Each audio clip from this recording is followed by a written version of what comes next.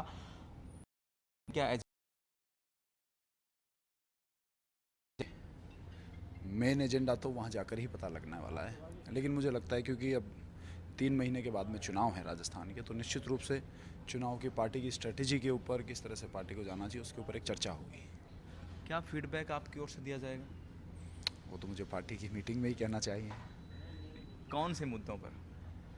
नहीं, इसीलिए तो जो भी असली फीडबैक तो पार्टी के अंदर दिया जाता है, मीडिया के सामने तो वो बयान दिया जाता है जो आप सबको बताना चाहते तो हैं। आज स्ट्रेटेजी कभी भी खुले में तो नहीं बनाई ये जाती। बात आपके सहमत है, लेकिन आज जितने बयान भी कांग्रेस नेताओं के आ रहे हैं तो वो माने कि वो असली वाले बयान नहीं है, वो सिर्फ मीडिया वाले बयान हैं। नहीं, मैं तो मेरी बात कर सकता की बात नहीं कर सकता हूँ, लेकिन आप देखेंगे 30 चलने जा रहा है राजस्थान में कांग्रेस की सरकार रिपीट।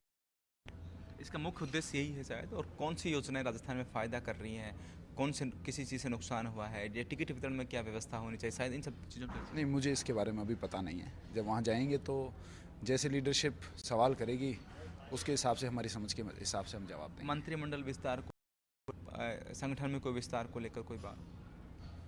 अभी तो वहाँ जाके पता लगेगा। अब ये तो मैं आपकी तरफ पहले से मीटिंग से पहले ही मैं कैसे कह सकता हूँ। नहीं, आपकी तरफ से फीडबैक तो दिया जाएगा सब चीज़ों को लेकर? नहीं, मेरी तरफ से फीडबैक दिया जाएगा, चुनाव जीतने का फीडबैक दिया जाएगा, बाकी किस चीज़ का नहीं। आपको क्या लगता है इस मीटिंग के बाद क्या राजस्थान बदलेगा, क्या फ़ायदा राजस्थान? नहीं, देखिए, ये तो सतत प्रक्रिया है।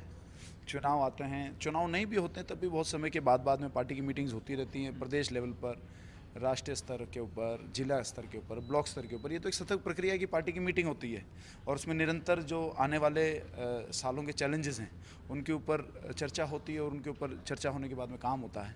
ये तो एक सतत प्रक्रिया की पार्टी की मीटिंग है और आगे आने वाला जो चैलेंज है चुनाव, उसके ऊपर चर्चा होगी। क्योंकि छत्तीसगढ़ की जो बैठक शाम के ऑर्डर हुआ कि डिप्टी चीफ मिनिस्टर, तो ऐसी कोई संभावना है राजस्थान?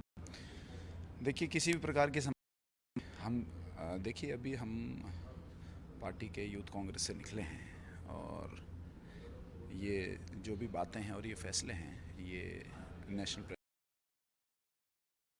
खड़गे साहब, आदरणीय राहुल जी, आदरणीय रंधावा जी, आदरणीय सीएम साहब, आदरणीय पीसीसी चीफ महोदय, ये लोगों के बीच में चर्चा होती है। यदि कभी हमसे चर्चा होगी प्रकार की हुई कि हमको आपको बताने लायक हो, युवा वर्ग को टिकट की और ये सब बात कि यूथ को कितने टिकट दी जाए, वो तो पार्टी ने पहले ही अपने एजेंडे में क्लियर कर दिया है। पार्टी ने उदयपुर के अंदर मंथन किया था, वहाँ का निष्कर्ष निकला था 50 से नीचे 50% टिकट दिए जाएंगे और उसके ऊपर भी चर्चा जिसमें दलित, अल्पसंख्यक, महिलाओं सब। सभी 50 इयर्स के नीचे महिलाएं भी हैं, SC ST OBC MBC general caste, सभी। इसमें कोई कास्ट वाइज या जेंडर वाइज कोई वो नहीं है कि 50 यूथ होता है, चाहे वो किसी भी जाति धर्म समुदाय का हो, किसी भी इलाके का हो, तो 50। आज की बैठक के बाद राजस्थान में और पॉजिटिविटी बढ़ेगी ऐसा लगता है?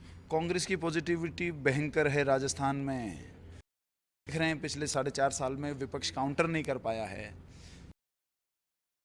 के बारे में। विपक्ष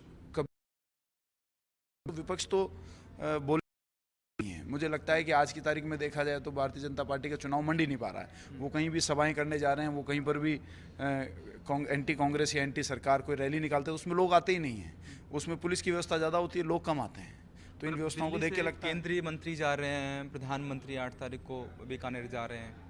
ये घूम घूम के जाएंगे और खाली हाथ वापस आएंगे और ये होता रहेगा। 2024 में आप देखेंगे, 2024 में इसका और बड़ा को मिलेगा।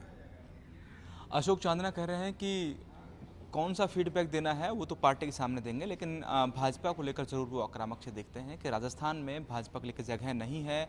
केंद्रीय मंत्री या दूसरे नेता भाजपा के आएंगे लेकिन खाली हाथ लौटेंगे। कैमरामैन गिरीश के साथ Ashwini Yadav, first India news, Delhi.